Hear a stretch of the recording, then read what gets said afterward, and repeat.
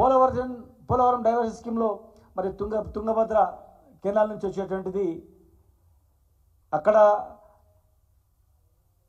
Godavari diversion స్కీమ్లో మనకు మిగులు జిల్లాలో మనకు వచ్చేటువంటివి దాదాపు 45 టీఎంసీలు అవి కూడా. అంటే మొత్తం 80 టీఎంసీలలో 35 టీఎంసీలు కర్ణాటక మహారాష్ట్ర రెండు వాడుకుంటున్నాయి ప్రజెంట్. కర్ణాటక మహారాష్ట్ర వాడుకున్న తర్వాత మిగతా 45 టీఎంసీలు నాగార్జున సాగర్ ఎగువన ఉన్నటువంటి ప్రాంతం వాడుకోవాలని ఉంది. నాగార్జున సాగర్ ఎగువల వాడుకోవాలని, ఎగువల ఉన్నది ఓన్లీ తెలంగాణనే. అంటే ప్యూర్గా ఆ 45 టీఎంసీలు తెలంగాణ ప్రాంతానికి గతంలో ఇచ్చిన తీర్పు ప్రకారం. కర్ణాటక మహారాష్ట్ర వాడుకుంటుంది. మరి నాగార్జున సాగర్ ఎగువన 45 టీఎంసీలు వాడుకోవాలన్నప్పుడు నాగార్జున సాగర్ ఎగువన తెలంగాణకు వస్తుంది. ఇది యునైటెడ్ ఆంధ్రప్రదేశ్లో వచ్చినటువంటి తీర్పు. ఇది రాష్ట్రం విడిపోయిన తర్వాత ఆ తీర్పు ప్రకారము ఖచ్చితంగా ఎగువనే ఉండాలి. ఆ 45 టీఎంసీలు, ఈ 45 టీఎంసీలు మైనర్ ఇరిగేషన్ కింద ఉంటే 45 టీఎంసీలు, ఈ రెండు కలిపి ఈ 90 టీఎంసీల నికర జలాల కేటాయింపు మాకు ఉంది అని చెప్పి డిపిఆర్ తయారు చేసి మేము సెంట్రల్ వాటర్ బోర్డ్ కమిషన్ పంపించడం జరిగింది. అక్కడ రెండు డిపిఆర్స్, ఒకటి పర్యావరణ మంత్రిత్వ శాఖకు, జలవనరుల మంత్రిత్వ శాఖకు. పర్యావరణ మంత్రిత్వ శాఖ కన్నా ముందు ఎన్విరాన్మెంట్ అడ్వైజరీ బోర్డుకి వెళ్తుంది. అడ్వైజరీ బోర్డు ఎప్పుడైతే క్లియరెన్స్ ఇస్తుందో ఆటోమేటిక్గా పర్యావరణ మంత్రిత్వ శాఖ నుంచి రావాలా. సంవత్సరం అంతకుముందు నుంచి పెండింగ్లో ఉంది. ఎప్పుడైతే ఎన్విరాన్మెంటల్ అడ్వైజరీ బోర్డు పర్మిషన్ వచ్చిందో రాగానే ఇక్కడ పనులు వేగవంతం చేసుకోవడం జరిగింది. 1 ఇయర్ తర్వాత ఈరోజు ఆ పర్యావరణ మంత్రిత్వ శాఖ రొటీన్గా అయ్యేది బ్యాక్ ఎందుకు వచ్చింది? కృష్ణా ట్రిబ్యునల్లో ఆంధ్రప్రదేశ్ ప్రభుత్వం ఫిర్యాదు చేసింది. తప్పుడు ఫిర్యాదు. ఈ 45 టీఎంసీలు నాగార్జున సాగర్ ఎగువల వాడుకోవాలన్నప్పుడు ఎగువల ఉన్న తెలంగాణ కాదా? మరి తెలంగాణకు వచ్చిన హక్కును మీరెట్లా కాదంటారు? మైనర్ ఇరిగేషన్ కింద ఉన్నటువంటి 45 నికర జలాలు ఉండవని చెప్పి అడ్వైజరీ బోర్డు ఒప్పుకున్న తర్వాత మీరెట్లా దాన్ని ఆపుతారు? అంటే ఈరోజు మాకు అర్థమవుతుంది ఏంటంటే కేంద్ర ప్రభుత్వం పక్క రాష్ట్రం ఉన్నటువంటి అధికారంతో ఇలా మెయిన్ వాళ్ళ యొక్క కలయికతో కేంద్ర ప్రభుత్వం ఏర్పడడం జరిగింది. కనుక ఈరోజు ఏమైందంటే ఆంధ్రప్రదేశ్ గవర్నమెంటు కేంద్ర ప్రభుత్వం అధికారంలో రావడానికి వాళ్ళ కూటమిలో ప్రధాన భూమిక పోషిస్తుంది. కనుక మరి ఈరోజు మాకు వచ్చే అనుమతిని వాళ్ళు ఆపి తెలంగాణకు రావాల్సిన 3 అనుమతులను కూడా ఆ ప్రభుత్వం ఆపి మరి తెలంగాణకు వచ్చే ప్రయోజనాలన్నీ ఒక్కొక్కటి వాపసు వస్తున్నాయి. ఇలా మా పాలమూరు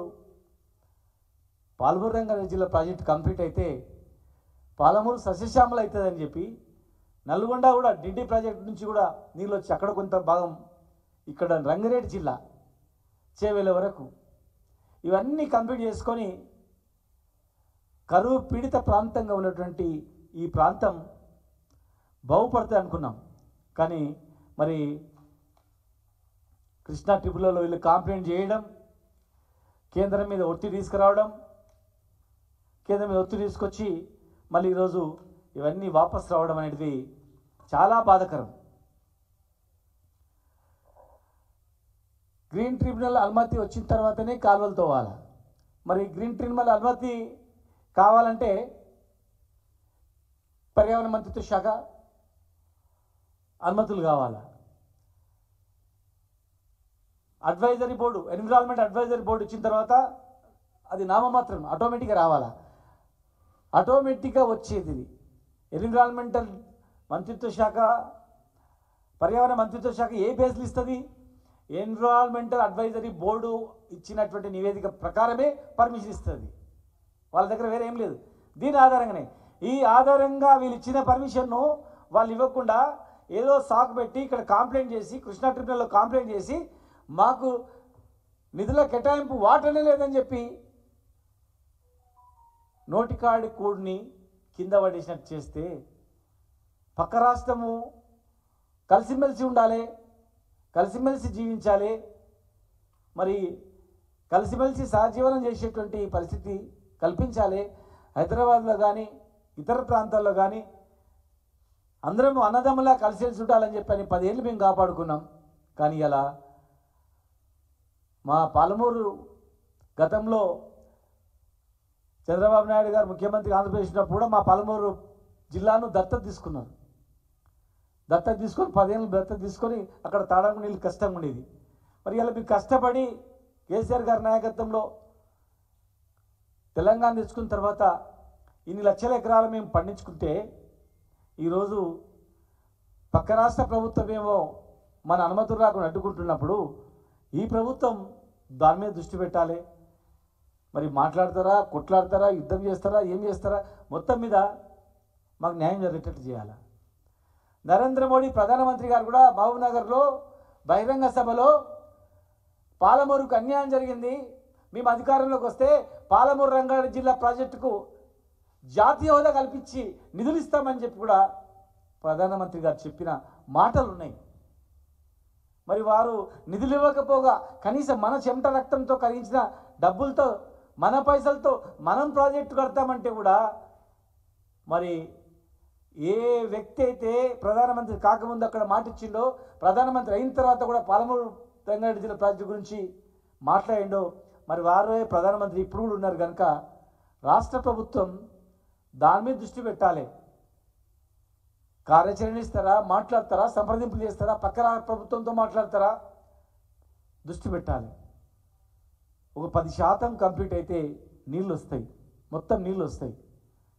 ఈరోజు పక్క రాష్ట్ర ప్రభుత్వం ఏం చేస్తుందంటే ఒక కుట్ర జరుగుతుంది. శ్రీశైలం ప్రాజెక్టు మాదే, శ్రీశైలం ప్రాజెక్టు మీద మొత్తం మేమే పెత్తనం చెలాయించాలి, ఆ నీళ్లు మొత్తం మేమే వాడుకోవాలి, మాదే అనే రీతిలో వ్యవహరిస్తూ ఉంది. అది ఇద్దరిది, ఇద్దరం వాడుకోవాలి.